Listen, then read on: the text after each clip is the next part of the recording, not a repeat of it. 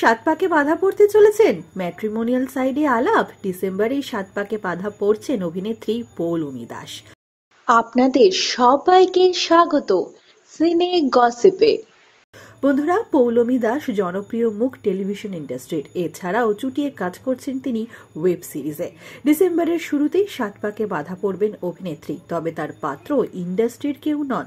কার সঙ্গে বিয়ে করছেন, কবে বিয়ের পিড়িতে বসবেন, সবই খোলসা করলেন অভিনেত্রী। এরই মধ্যে 17 নভেম্বর শৈশাবুদে বিয়েটা সেরে ফেলেছিলেন তিনি। তার স্বামীর নাম ঋদ্ধিমান মজুমদার।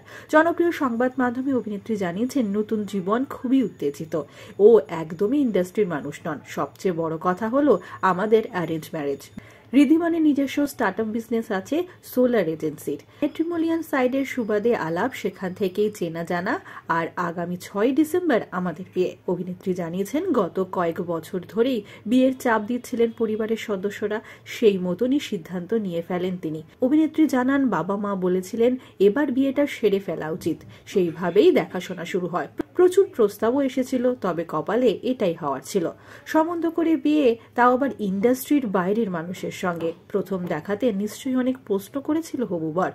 আমাদের শোবিজ ইন্ডাস্ট্রি নিয়ে তো মানুষের মনে অনেক রকমই প্রশ্ন থাকে, কিন্তু ও আমার কাজটাকে সম্মান করে। ও নিজেও ছবি দেখতে ভালোবাসে, বাংলা ছবি দেখতে ভালোবাসে। পরিচয়ের আগেই হইচইতে আমার বেশ কিছু কাজ ঋদ্ধিমান দেখেছিল। পরিচয় থেকে বন্ধুত্ব, তারপর বিয়ের সিদ্ধান্ত। বেশিরভাগ সম্বন্ধ আসছিল হয়তো দেশের বাইরে, নয়তো কলকাতার বাইরে। এই একটা প্রোফাইলই ছিল যে কলকাতায়। মনে হলো এর সঙ্গে একটা কফি খেতে পারবো, আড্ডা দিতে পারবো। আর ওর সঙ্গে আলাপ হওয়ার পর খুব সহজেই বন্ধুত্ব হয়ে গিয়েছিল। প্রথমে 1-2 মাস আমরা পরস্পরকে চিনতে জানতে সময় নিয়েছি। পরিবারও আমাদের সেই সময়টা দিয়েছে। বন্ধুত্ব দিয়েই আমাদের সম্পর্কটা শুরু হয়েছে। তারপর বুঝলাম না, ওই সেই মানুষ যার সঙ্গে আমি জীবন কাটাতে চাই।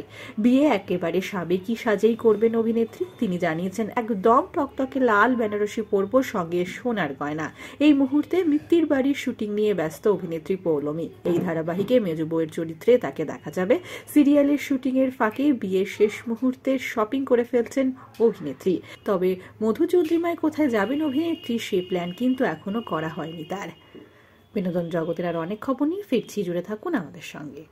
আমরা হলাম সিনে গসিপ, জুড়ে থাকুন আমাদের সঙ্গে। সাবস্ক্রাইব করুন আমাদের এই ইউটিউব চ্যানেলটি।